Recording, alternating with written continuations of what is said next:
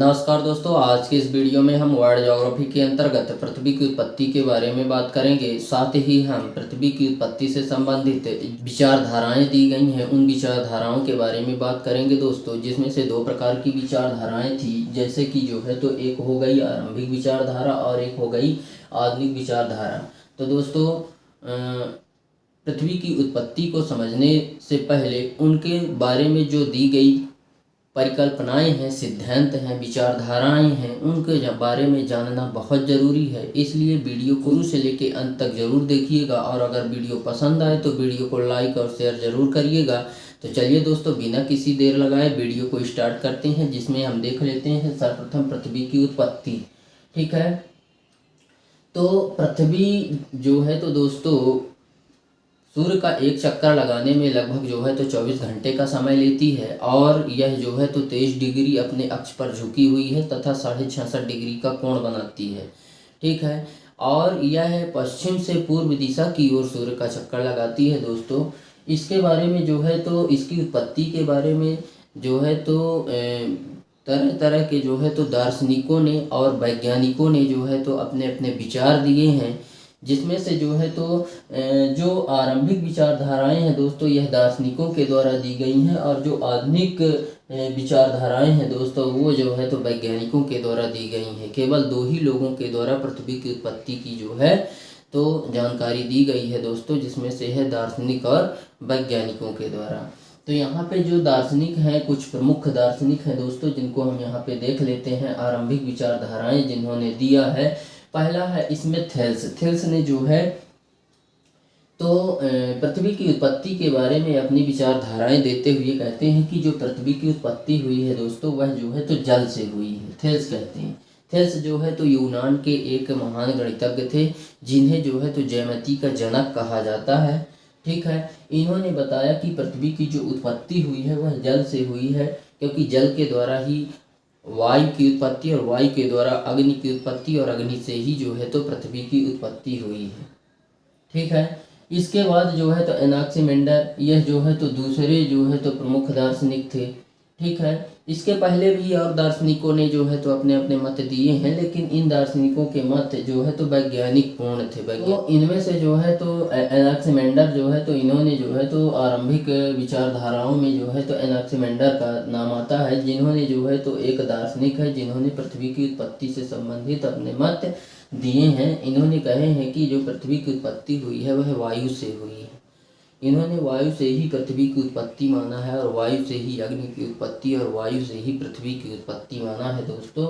इसलिए जो है तो ये कहते हैं कि पृथ्वी की उत्पत्ति वायु से हुई है। नेक्स्ट है हमारा जो पाइथन, और इन्होंने जो है तो जो ये एनाक्सीमेंडर है दोस्तों, यह जो है तो मानचित्र का निर्माण करता है। सर्वप्रथम मानचित्र इन्होंने बनाया था और पृथ्वी की दूरी को इन्होंने ही जो है तो मापा था, और मापने के बाद जो है तो इसके बाद पृथ्वी की जो है तो त्रिज्या एवं पृथ्वी के व्यास के बारे में जो है तो जानकारी दी। तो ये जो है तो कहते हैं एनाक्सीमेंडर जो है तो कि पृथ्वी की उत्पत्ति वायु से हुई है। पाइथागोरस, यह जो है तो नेक्स्ट दार्शनिक हैं, जिन्होंने पृथ्वी की उत्पत्ति से संबंधित आरंभिक विचारधारा दी है। ये कहते हैं कि पृथ्वी की जो उत्पत्ति हुई है वह पदार्थ से हुई है। मतलब इनका मानना था कि पृथ्वी की उत्पत्ति मतलब जो है तो हर एक वस्तु से ही जो है तो पृथ्वी की उत्पत्ति हुई है। हेराक्लिट्स, इन्होंने भी जो है तो पृथ्वी की उत्पत्ति को जो है तो अग्नि से माना है। इनका यह है क्योंकि अग्नि के ठंडे होने से ही पृथ्वी की उत्पत्ति हुई है, ऐसा माना जाता है।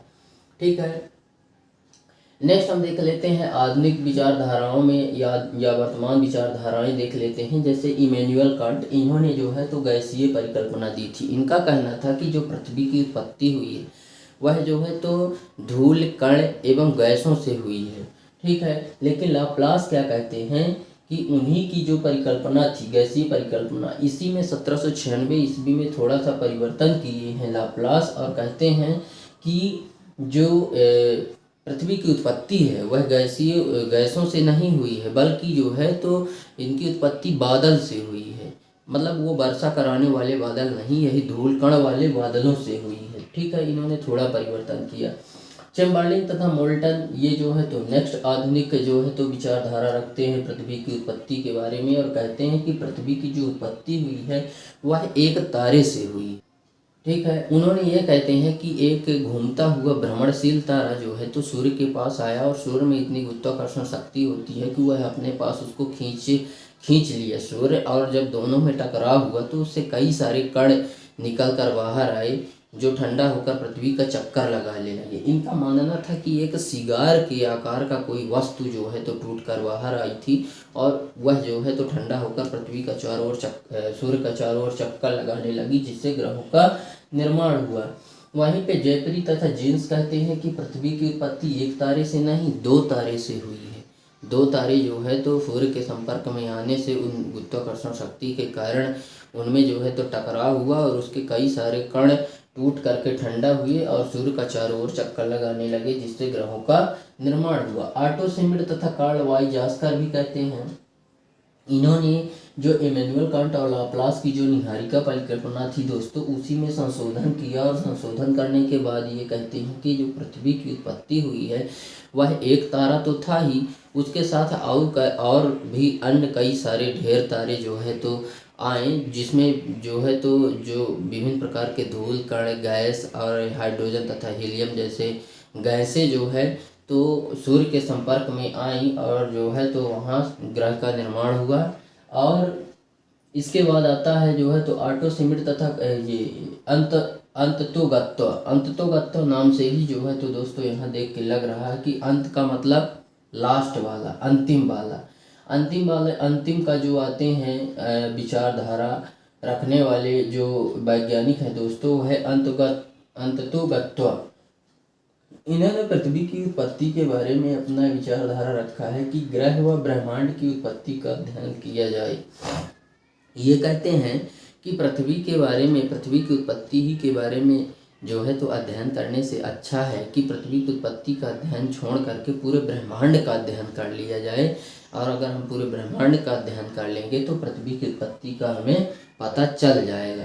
तो इस प्रकार से दोस्तों उम्मीद करते हैं कि यह वीडियो आप लोग को पसंद आया होगा। अगर वीडियो पसंद आया है तो वीडियो को लाइक और शेयर ज़रूर करें एंड बेल आइकन भी प्रेस करें ताकि हमारी नई वीडियो की नोटिफिकेशन आप तक सबसे पहले मिले। तो आज के लिए बस इतना ही, मिलते हैं आप सभी से नेक्स्ट वीडियो में। जब तक के लिए जय हिंद।